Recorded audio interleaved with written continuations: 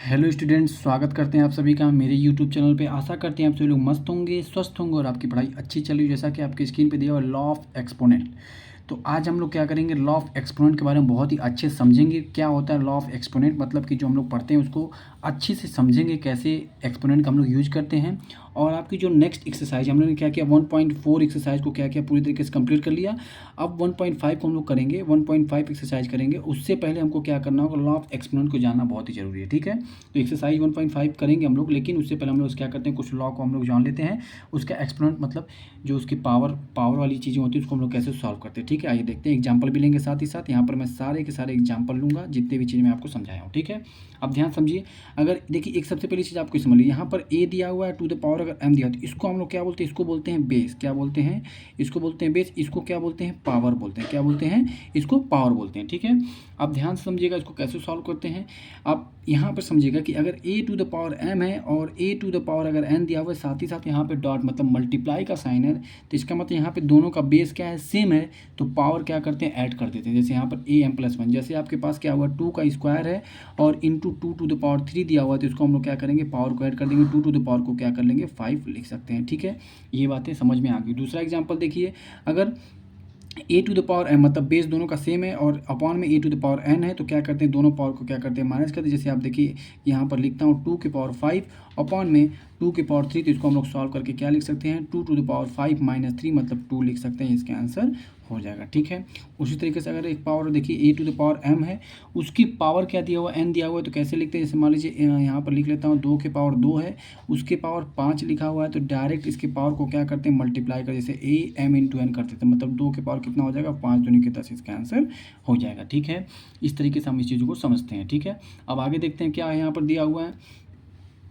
अगला देखिए, a to the power a into b to the power n है। अगर ध्यान से समझिए, अगर किसी भी, जैसे मान लीजिए यहाँ पर मैंने लिखा 5 इंटू 3 टू द पावर 2 लिख दिया हमने। ठीक है, तो ये पावर जो है ना सबके अलग अलग, मतलब ये जो भी अंदर मल्टीप्लाई हो रहा है उसके पावर अलग अलग हो जाएगा। मतलब कि ये 5 का स्क्वायर हो जाएगा और इंटू 3 का स्क्वायर हो जाएगा, ये बराबर हमेशा आएंगे। ठीक है, ये आप इन दोनों नंबर का मल्टीप्लाई करके स्क्वायर करिए या दोनों का बारी बारी से स्क्वायर करके फिर मल्टीप्लाई करिए, आंसर दोनों का क्या आएगा, सेम ही आएगा। उम्मीद करते हैं बात आपको समझ में आ गई होगी। ठीक है, अब देखिए पांचवा क्या है, अगर a बाई बी के पावर n है, तो जो n है वो दोनों के पावर में इक्वली क्या आ जाएगा। जैसे यहाँ पर 2/3 लिया हुआ है, ले लेते हैं हम एग्जाम्पल में। अगर उसके पावर क्या है, 5 है, तो ये हमारा 2 टू द पावर 5 हो जाएगा और 3 टू द पावर क्या हो जाएगा, 5, इसका आंसर हो जाएगा। ठीक है, ये एक्सपोनेंट का रूल है, इसको याद रखिएगा अच्छे से।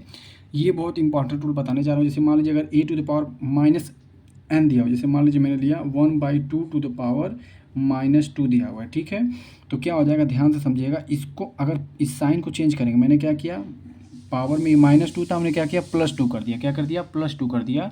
तो ये आपस में क्या हो जाता है, अंदर जो वैल्यू होती है वो क्या होता है, रेसिप्रोकल हो जाता है। जैसे यहाँ पर a/b है, तो ये क्या हो जाएगा, b/, हो जाएगा। ठीक है, मतलब 1/2 था, तो यहाँ क्या हो जाएगा, 2/1 हो जाएगा, मतलब 2 का स्क्वायर, इसका आंसर आ जाएगा। ठीक है, उसके बाद इसको समझ लेते हैं। इसका एग्जाम्पल, a की पावर -n है और b to the power -m है। ठीक है, तो इसको अगर चेंज करना हो तो आपस में क्या करते हैं, इंटरचेंज मतलब रेसिप्रोकल कर सकते हैं। देखिए a to the power -n क्या आ जाएगा, नीचे आ जाए। जैसे मान लीजिए हम लिखते हैं 2 टू द पावर -2 और 3 टू द पावर अगर हम लिखते हैं -4, तो अगर इसको चेंज करना होगा तो ये आपस में क्या हो जाएंगे, अगर साइन को प्लस में करना है तो ऊपर क्या हो जाएगा, 3 टू द पावर 4 +4 हो जाएगा, ऊपर चला जाएगा। और ये -2 है तो 2 टू द पावर +2 नीचे आ जाएगा। इस तरीके से इसको हम चेंज कर सकते हैं। क्वेश्चन में इसका यूज़ बहुत ज़्यादा होता है। ठीक है, और भी क्या बातें याद रखिए, जैसे a टू द पावर 0, किसी भी नंबर के पावर अगर 0 है तो उसकी वैल्यू हमेशा क्या होती है, 1 होती है। इसको याद रखिए। जैसे मान लीजिए हमने कहा 2 टू द पावर 0, तो इसकी वैल्यू क्या होगी, हमेशा 1 होगी। इस बात को क्या करिएगा, याद रखिएगा। ठीक है, अगर किसी भी नंबर, जैसे मान लीजिए 2 के पावर अगर 1 है, तो उसकी वैल्यू क्या होती है, हमेशा 2 ही होगी, क्योंकि 1 का कोई वो नहीं होता है। ठीक है,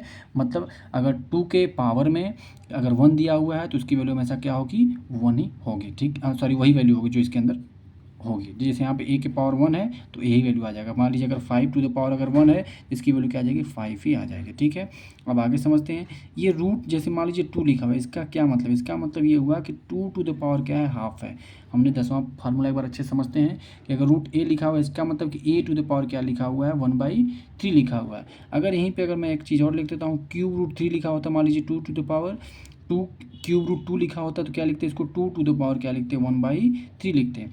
ये भी समझ लीजिएगा। ठीक है, अगला देखिए क्या दिखा हो, रूट n a मतलब इसको हम लोग लिख सकते हैं कि a to the power n 1/n हो जाएगा। a to the power 1/n, यहाँ पर जो रहता है वो क्या होता है, पावर में 1/n हो जाता है।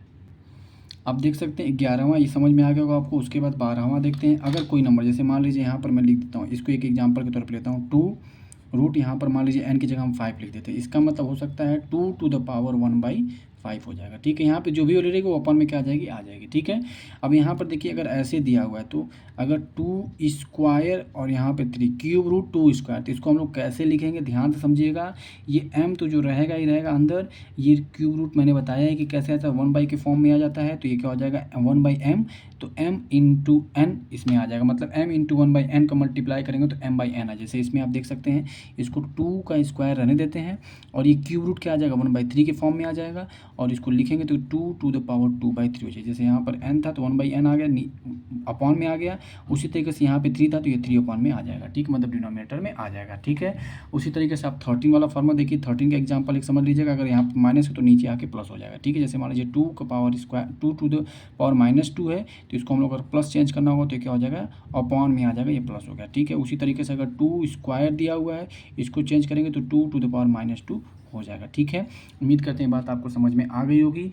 और यही लॉ ऑफ एक्सपोनेंट, इसको आप अच्छे से याद रखिएगा। ठीक है, बेस और पावर का सारा खेल है और ये चीज़ें आपको अच्छे से याद भी होनी चाहिए ताकि आप अच्छे से क्वेश्चन को क्या कर सकें, सॉल्व कर सकें। ठीक है, और साथ ही साथ मैं आपको बता दे रहा हूँ जो एक्सरसाइज है उसको हम लोग सॉल्व करेंगे।